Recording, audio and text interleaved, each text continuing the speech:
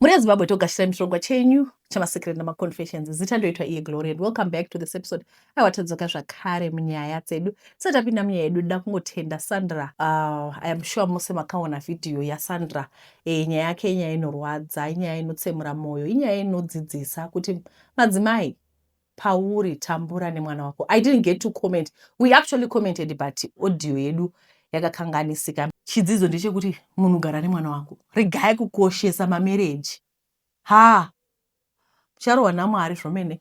Alright, regai tipinde munyaya yedu yekutanga. Hi auntie, I hope I find you well. Before I get into the story of my life, I would like to say God bless you. I've learned a lot from you to the point I've finally gathered courage to share a piece of my life.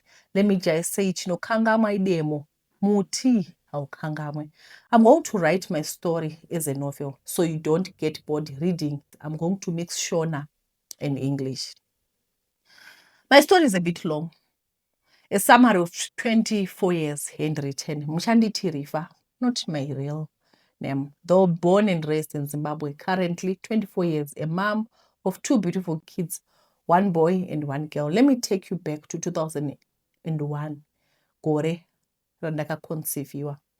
My father and my mother met as young adults. Well, my mom was the young one. My father had a little secret that he was already married, and he lied about his status. Fast forward, they did what they did. My father vakangobvisa tsvakira ikuno chete. Vakatombogara namama for a while. My mom got pregnant that time. My grandmother was still alive. May her soul continue to rest in peace. When my father found out kuti mama vainge vane nhumbu, ndopakatanga nyonga. Vakatanga kuramba mimba. Hewo mashura akaboiliswa. It got worse where he started name calling my mom saying, Iure. Mimba ndeaningi, hey, this and that. Gogo vangu havana kurasa mwana wavo. She took care of my mom, bought everything, preparation. Mumba mana mama vangu mune vana 4, 2 elder brothers, my mom number 3, and a young sister being last born. They all lived Vese, Pamba, pa family house. This caused havoc between my siblings because the eldest brother said Gogo by favor, since he also had kids of his own. Gogo needed to also provide for him and his family, a man filled with selfishness.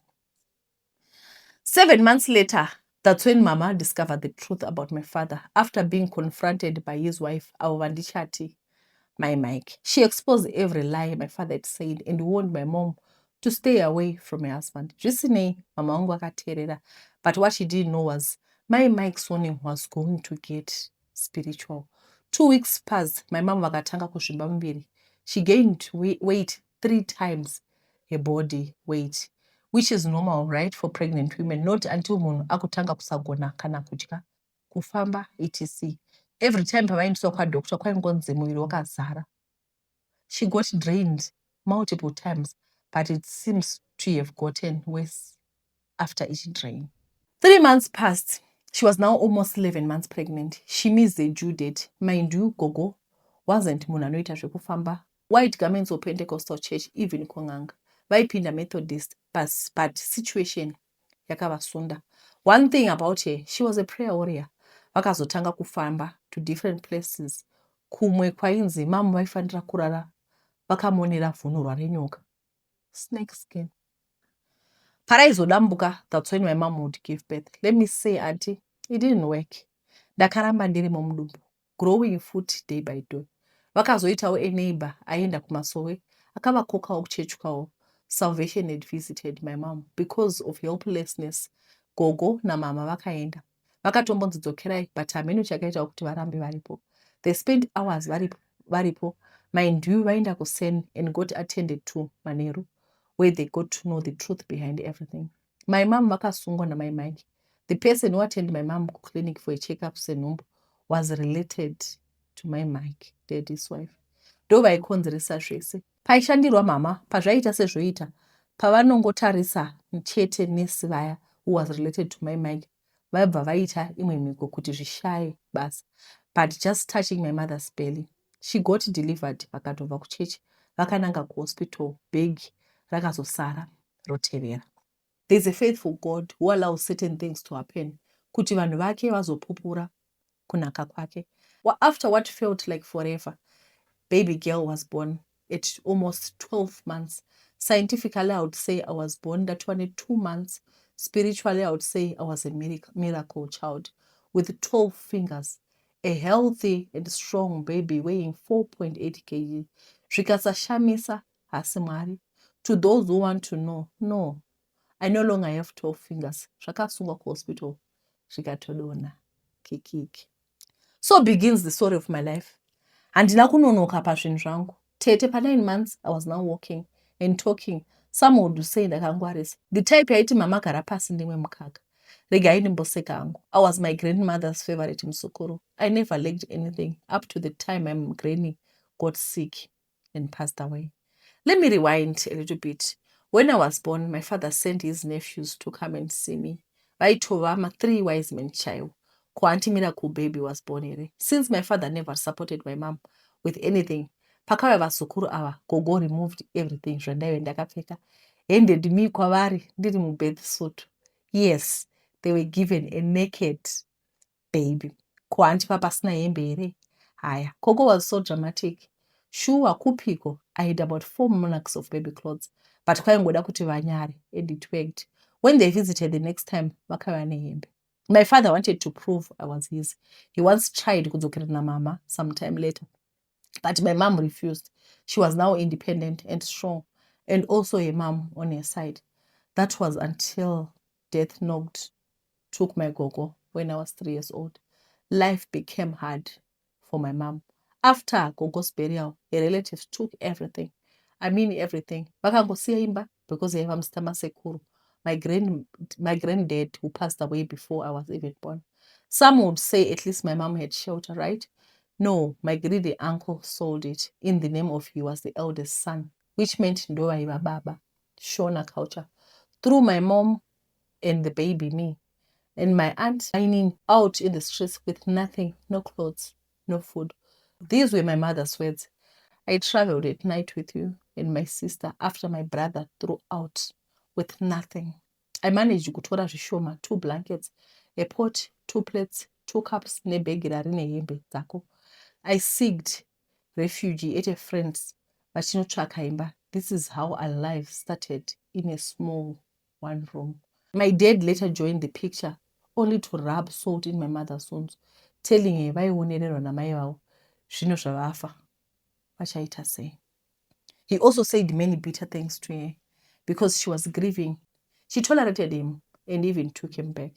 He had lied again, saying vavarambana naGoles. Auntie, fear men, I repeat, fear men. A point in time, we started living together. Ipapo, I was still young to understand Rakawanda, but they used to argue a lot, intense arguments.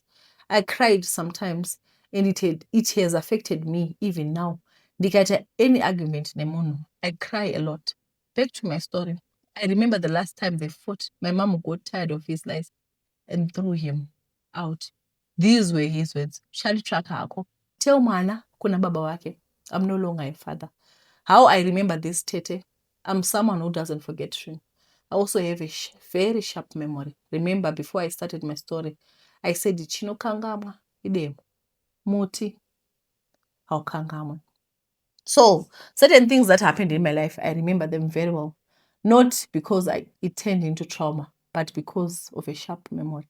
Bear with me, Tete, my story is very long. Hence, I shall give you in chapters how I got molested, how I tried committing suicide, how I got betrayed by a close friend, how and when my personality disorder started, how I got stalked, how I met my husband, how I survived his abuse. It's a lot, Tete. Until ndasvika pandai izvezvi, remember I said earlier, I have 2 kids under 5, so I can't type zveseka one to vantu vacho tinonetsa kikiki. But for now, let me end panapa.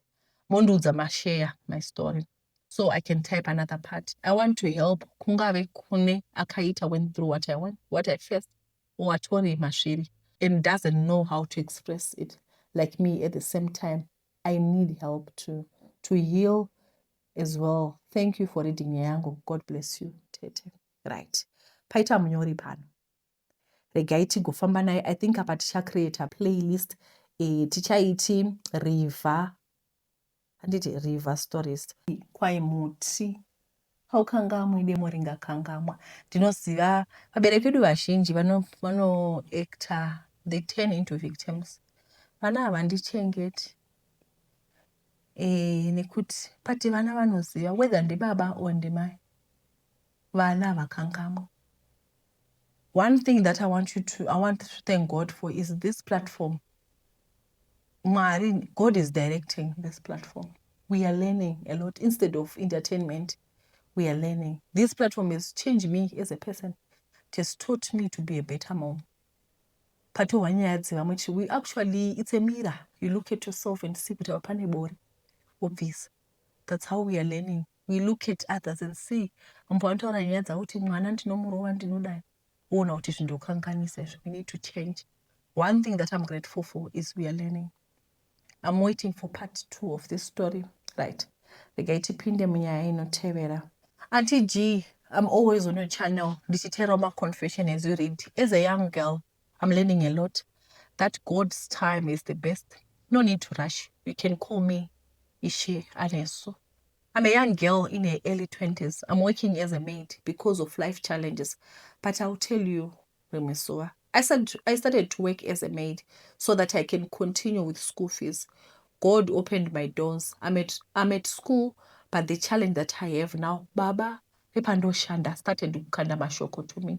I told him that he is married and I cannot date him. Plus, in the Rimanamlik, I can be his last born. Days passed and weeks. He could compliment on how I dress, but this nabasa nasho. One day, he was alone at home. He came to kitchen, my fitted cupboard, and he said, "You can come and sit on top of me." I told him again that we are not dating and I do respect you. So why should I do that? I continued washing dishes and he came at my back and he grabbed me. That was the worst feeling I felt in my life. Ndakamurwisa kusvika ndirega. Then I ran to my neighbor's house, ndikagara for some hours. From there, auntie, I fear him. I know people will ask me, why am I still there? It's because of school. I don't have anyone to pay my fees. That's why I decided to work. But what I experienced left me in shock. I no longer trust him. Now I understand what people feel when they are abused. And it's not easy to say it out. I think from the way she wrote, you can understand. I'm planning to look for another job in December because in October, so changing schools and teachers will be difficult. I actually think kunyora form for chayo. Outside zvezvikoro nematicha. Mwana wefees yake married. I'm touched.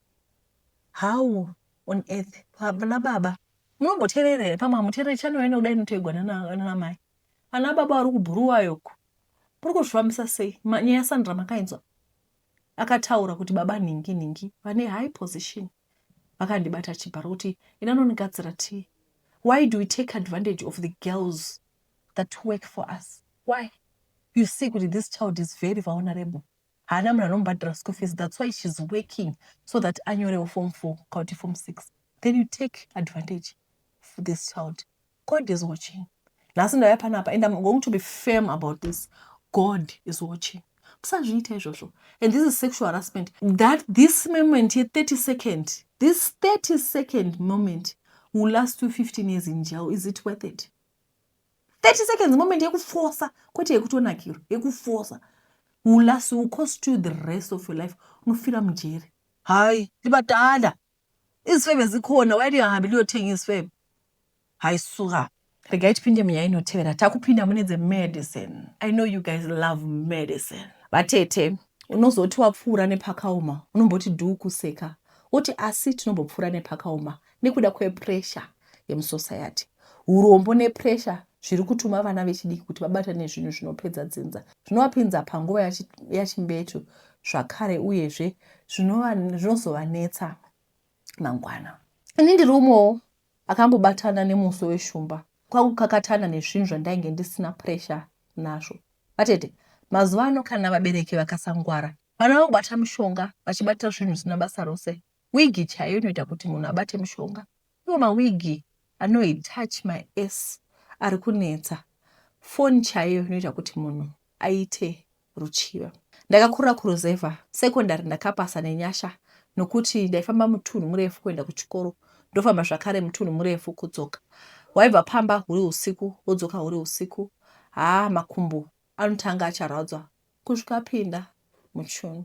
So ukakurira munhamo unenge uchitarisa kuti paunokura zvinhu zvichasanduka, asi zvinoita senge nhamo yacho inenge ine mapersonal issues newe, kuita senge yakaasainwa mukati mako kuti utambure by fire by force. Ndiri kumbokupai background iri kuti munzwisise kuti sometimes munhu anobata mushonga kwete nekuti anoda, asi nekuda kwekuzama kudzima history yenhamo yedzimba dzatinobva. So kukurira munhamo, kana wazova munhu mukuru woona yakakugarira, yakakumirira kukuhaga kuti tisakanezve zvinhu zvinonetsa. Pedo nekumusha kwedu paive neumwe murume airarama nekutengesa uchi. Murume uyu haana kumbobvira ashanda upenyu hwake hwese basa remuofisi, asi aitoverengwa pavanhu vaive nezvinhu zvavo. Paiuya mota dzakasiyana-siyana dzichiuya kuzoodha mabhaketi nemabhaketi nemigomo yeuchi. Ndakava nechidokwa-dokwa chekushamwaridzana nemudhara uyu kuti andipakurewo ruzivo rwekuita bhizinesi iri. Vatete, ndiri pazororo refomu yechina, ndaipota ndichipoya pamba ndichinoona mudhara uyu. Ndinoti kupoya nemhaka yekuti mudhara uyu aiva nezvitaurwa-taurwa zvichikura, saka mai vaizora maindirambidza kunovaona nekuti kwaiva nezvitaurwa zvakasiyana-siyana. Ndakatanga kutiza ndichinospenda time nemudhara uyu. Maybe waiva uwanana, handina chakaipa chandaimboona. Akanditi kare kwake airapa, asi akazongorega mushure mekunge apomerwa kuti auraya mwana mucheche. Izvo mwana ainge achizvirwarira hake, izvo mwana ainge achizvigwarira hake. Ndakava nekumunzwira tsitsi ndikati vanhu vanongovenga vanhu vasina mhaka chokwadi. Izvo mudhara uyu aiziva kwaienda nyaya yake. Ini ndainge ndaitwa mwana mudiki pamakore zvese nepafungwa. Mudhara akazonditi ainge andifarira nekudaro aida kundidzidzisa bhizinesi renyuchi neuchi. Ndakafara kwazvo kuti ndaizoitawo mari, ndotengawo hembe dzedhiripi dziri kupfekwa mazuva ano. Mudhara wandichati Nelson akanditi aida kuzondipa nyuchi ine mimba nditangewo bhizinesi rangu. Haina sainzi vatete, sainzi dzandakaita dzeplants and animals dzakazviramba kuti nyuchi inoita mimba. Ndakaudza mudhara Nelson kuti hakuna nyuchi inotakura mimba, asi kuti nyuchi inokandira mazai. Akanditi maitire sainzi handitomaitire munyika. Kana tichiti nyika vatete, ndinobvira sainzi dzisingatsananguriki. Ndaiziva kuti mudhara Nero zvaaitaura hazviko, asi nhau yekuda kuita mari ndiyo yaindituma kuti ndipikisane nenature, ndipikisane nezvakasikwa naMwari. Majongwe anoda kunyangadza. Ndakazobvunza hangu mushure mekuvhevhetedzwa namudhara Nero. Akanditi tumbwa nyuchi akazvitakura uyu, ndaizonomusiya kusango, aizondidzidzisa kuti anochengetwa sei. Vatete, ndakapiwa nyuchi imwe chete tikapinda musango. Tapinda akasvika mudhara Nero akandigezesa maziso, ndikaona paine nyuchi dzakawanda-wanda. Akanditi yaiva secret place yedu.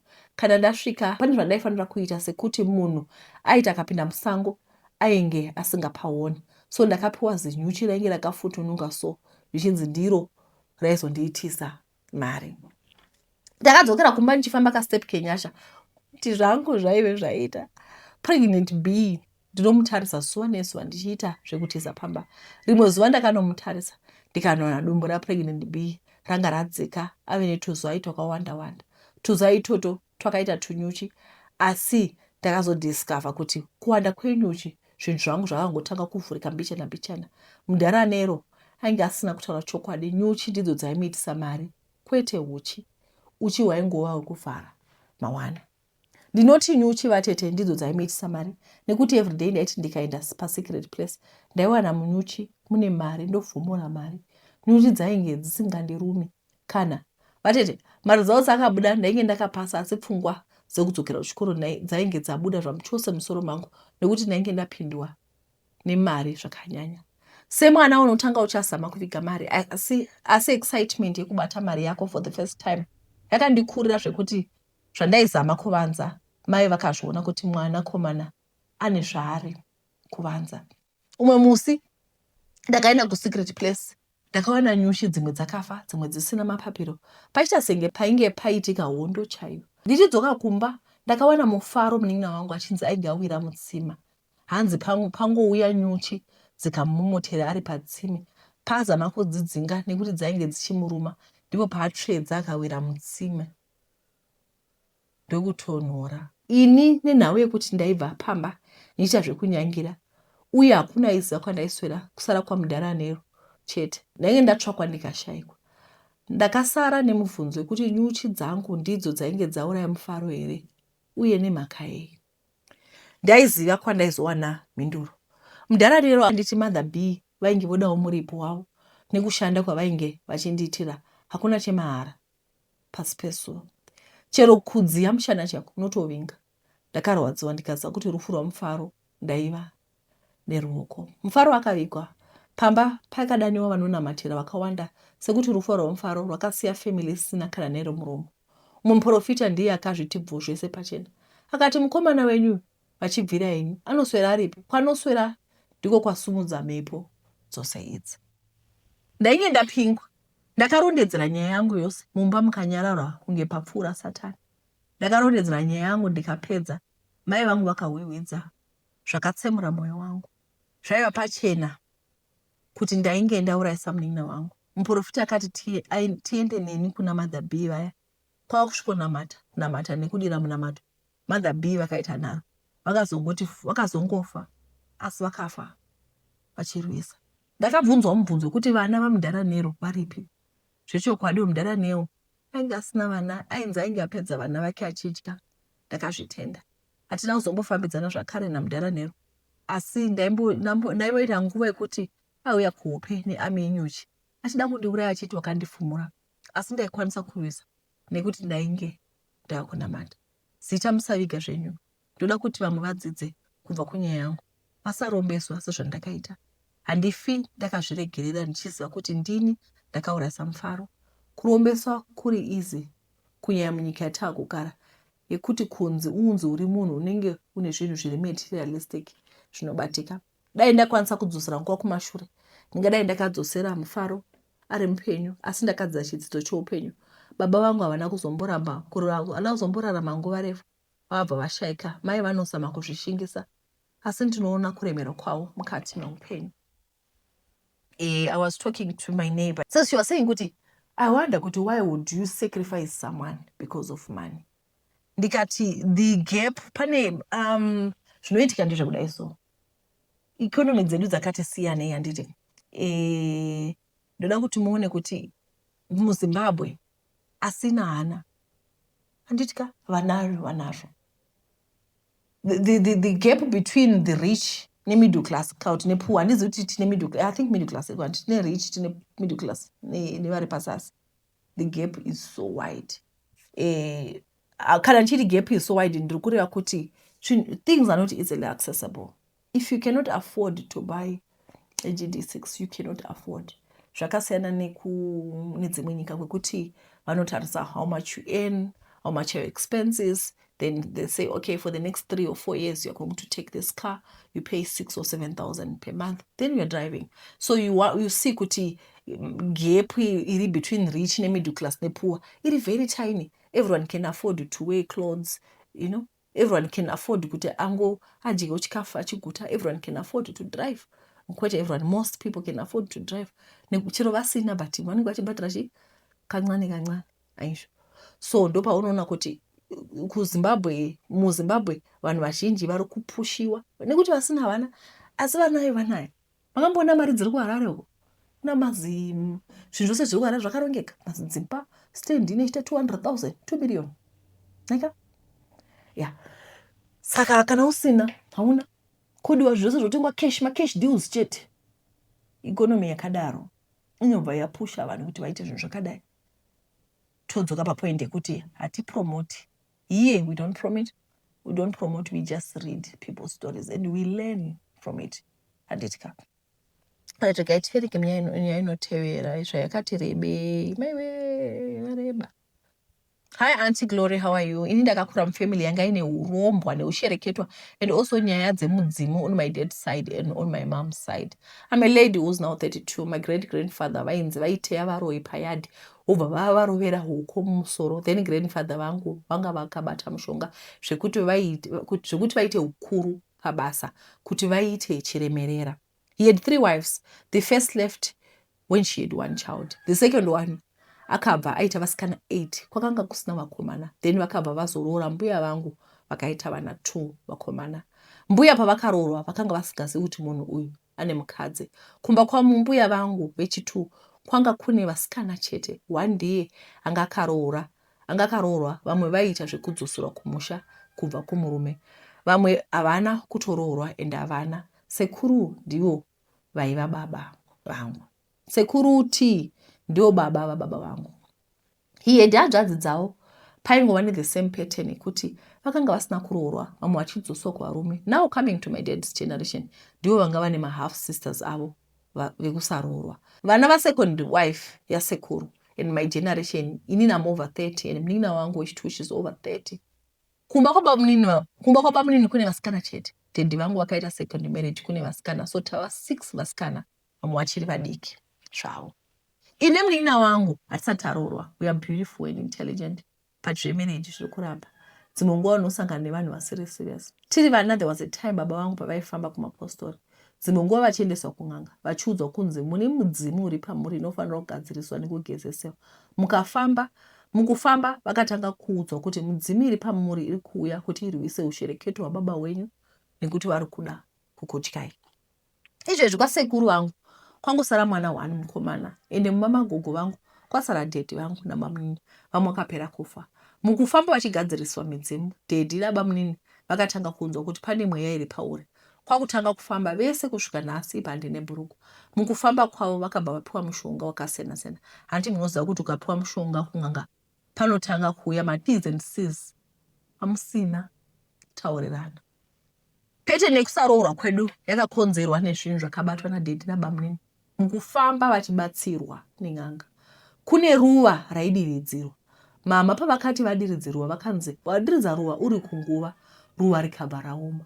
Takabva taona kuti rakanga risiri ruva, rakanga rakaturikwa. Mama vaitaura kuti zveruva raidiridzirwa nemukaka, daddy vakariita mama vasingazivi. Nekuti daddy vakanga vakuvanzira mama a lot of things. Mukuedza kugadzira zvinhu izvi, daddy nabamunini they had hooked back nasekuru, so vakanga vakudzwa zvinhu mukufamba kwavo. I remember ndine 4 years, daddy nabamunini vakanga vakusvikirwa. Tateguru vaya vakabva vadzinga mama vangu pamba, tikasara tichengetwa nadaddy nabamunini. Bamunini vaiunza vana vekuma-high school mumba vachirara navo, and they were under 18. This was before varoora mainini vangu. Kwakatanga kuitwa mabira vachihaya vana gwenya mbira, vanhu vachiti kugadzirisa musha wedu. Mama vakazobereka mwana mukomana. Vanoti ivo pavakapona mwana uyu akangochema, then akabva aita seavhunduka. From that point onwards akabva atanga kuita zvekuita achifa achimuka. Mama vachimbonamata nekukwidza salt, and also something happened kuspinal cord yake. Akanga asingagari, so akanga asingagoni kuzvisapota. Then few years later akabva ashayika. Kushaya kwebrother yangu we realized later kwauya mupostori kumba ainzi akubvisa zvinhu pamba zvasekuru nekuti vakazoshaya. So tainzwa zvinhu zvichimhara muceiling and also zvimwe zvichimhanya. Pauya mupostori aida kubvisa zvinhu zvasekuru akabva haka mweya. Ukataura kuti mwewe n'anga wanga wakarombedza sekuru, hanzi sekuru vanga vakasara nechikwereti, so ndizvo zvakaremedza brother yangu also kumuuraya. Mai vangu vakarwadzwa nezvakaitika as a result yekuroorwa nababa vangu. Sister yangu anonditevera dzimwe nguva haiti kana mwedzi uri mutete. Waiti ukataura naye anything aibva atanga kupopota, aimbotiza kumba, asi she is still a virgin. She acted like pane mweya wamusunda kuti ibva pamba. Mama vangu akabva vaenda nefriend yavo kusister yangu, nesister yangu kuti anonamatirwa kuna vamwe mai. Isu takakura achita zvemudzimu kuti tisamedzwa nasekuru.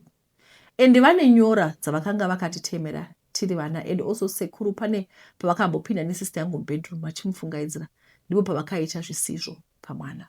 Ina hangu I don't like vanhu vanoenda kumapostori nekuti vakangofanana nen'anga. So mai vaya vakaenda vana mama vakatanga kutaura zvakawanda.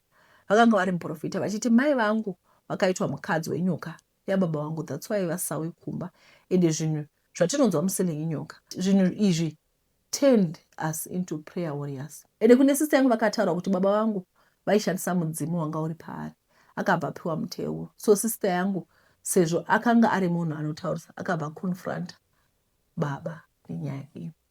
Takabva taenda kunobvunza nyaya iyi kuna mai vaya hatina dhedhi, vakabva vachinja nyaya yavo pavakaona kuti vaita mutete. Pekupedzisira vakanga vatova mabest friend nadhedhi nababa nini. Apa ivo vakanga vati vanoda kutibetsera. Vakabva vauya kumba mai vaya kuzobata zvinhu, vakabva vaudza baba nini kuti yakaiswa tracker mberi mavo inova ikuvakonzera kuti vasaita zvinobudira mupenyu. So tracker iya yakabva yanzi ibviswe. Isu takabva tanzi tinofanirwa kunamatira kuti vabvise mweya wekusaroorwa. Bamunini vangu havagoni kushanda. Dhedhi vangu ndivo vanoriritira mhuri yavo. Handizivi kuti mweya usimbi here kana kuti even kubasa vanonyenya dhedhi vangu nevashandi, turning them against them. Vane hunhu hwakangoshata. So mai vakatanga kuita magic show yavo. Mai vaya vakatanga kuita magic show yavo vachinamata. Mama vangu vakabva vati vanoda kubatsirwa neminamato chete. Vakabva vati munhu wese anamata vakatanga kubata zvinhu zvacho. Vaiti chinopisa ende zveshuwa chinhu chacho chaitobuda utsi. Process iyi yakaitwa ndine 28. Izvezvi ndine 32 and I'm still not married. And my sister also. Ina hangu tete, I live for God. Ndinonamata nekutsanya. Pane pamwe pandakanamatirwa ndikabviswa sheu mudumbu mangu. Vakandimwisa zvinhu zvaisemesa, vakabva vandiruma padumbu. Ndipo vakabuda nechisheu ichocho. Vaiti sekuru vangu ndivo vakanga vandiisa kuti ndisaita mwana, and also zvinoita kuti ndive nemaperiod pain. But now hazvichaitiki, and also my flow used to be heavy. I've been praying to God. Now ndakutoita 4 or 5 days and hachaiti heavy flow. I thank God for that. Mai vaya vaiti vanoda kubvisa zvinhu pamba, vaingochinja nyaya. Chinhu chete chakanga chiburisa utsi, vakanga vati ibvuri rakanga richishandiswa nasekuru vangu. Chinhu chaifamba musilingi chakangonyara for 2 days chikatanga futi. Behavior yemunin'ina wangu vakanga vati vachamubatsira zvina kuchinja, ichange pakatanga kunamata ega. Mai vaya vakanga vauya kuzodya mari yemahara, almost $1,000. We moved to another house. Kwanga kusina zvinhu musilingi. After week dhedhi vauya kuzoona imba zvakabva zvatanga futi zvinhu zvemusilingi. So inini I suspect kuti mukufamba kwavakaita vachibetserwa vakanga vakabatsiswa zvinhu vasingazivi. They realized too late. And pakanga pasina reverse still. Izvezvi tiri vanhu vanongogara vachinamata.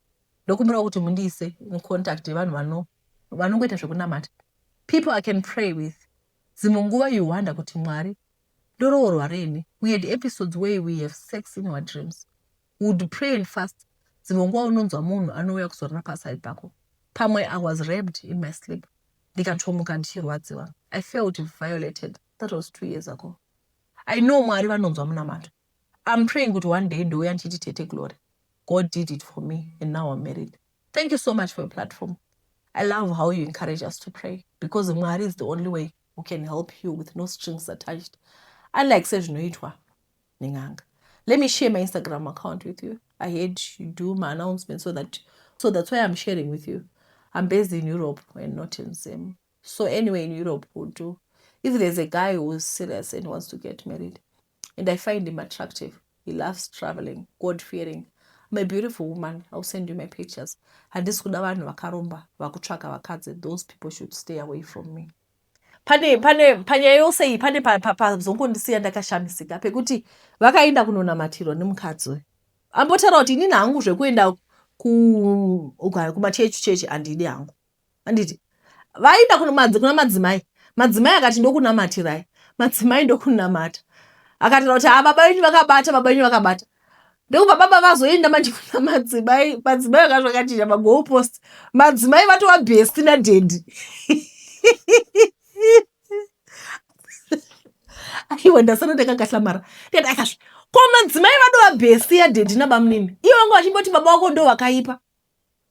Anditika tapedza ipapo. Mama vakaenda kanditi, mama vakaendawo vakanoona zvinhu izvi. Anditi vakazviona zvichiitika. Mama vaingoti hatina matray. I think she still trusted this woman. When you are writing this story anditika, because zvinhu zviri kuitika kumba, maybe pane rimwe ziso rawo usiri kuzviona nazvo. Because why would daddy come into the new house? Panongoya daddy zvizotanga kufamba. And like you said, kuti kumapostori kwavakaenda ikoko, pane mama T's and C's. Hamune musingazivi. Hamunozongokaruka makutoona kuti everyday murufu munofamba chinhu. Nyaya yekufamba kwechinhu takaijaira tinoiziva. Unokuti ende mafambiro ekana chero uri wrong chete chinhu chinotiza kuti chii, chinazwa kuti ndicho chaicho. I think, like she said, she really needs somebody who can help her pray, somebody who is truthful. Alzi Mwari vanotsvaka vanomunamata mweya nemushokwadi. Let's try God mumweya nemushokwadi chokwadi. Ndogara ndichitaura pachano pano kuti God does not like to be helped. Isusu feeble human beings tibatsira Mwari. Musazvinyebera kuti kwa ndoziva kuti mune muchiudzana theology dzenyu mamuchiti kwa Mwari anobatsira zvikazodii zvikadii, anobatsira anozvibatsira. God is powerful. Munomuziva Mwari here? Mwari hadi kubetserwa navanhu. Musazviita zvekuti kwa unoona kuti if you are going to surrender. Okay, let me give you an example. Mwana wangu zvaanoita this other day last week, two weeks ago, ndaenda kuBotswana. Ngeti ndokubva so takati tikuenda kuBotswana Friday, taichaura nyaya. Ndobva zoya ndovati so who's going to take us to school? Anditi ndikabva ndati are you the mother or the father? Akati no, I'm not. Ndikati all right, boy, you can go and sleep. So I am saying, as a parent, ukana iwe uri parent anditi ukaona mwana wako akuda kukubatsira, how do you feel? Like she's a primary school, she's trying to ask apa agoni kana kudrive, hana mare yekuhaya drive.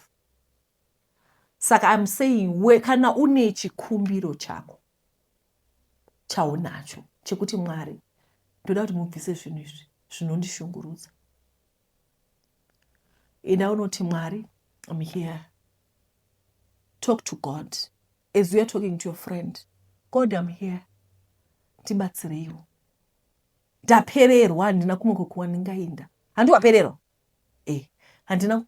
This is not for Heidi only. This is for everyone who's going through the same. Ndapererwa, handina kwekuenda Jehovah. I'm coming to you. Tibatsireiwo. Handitika.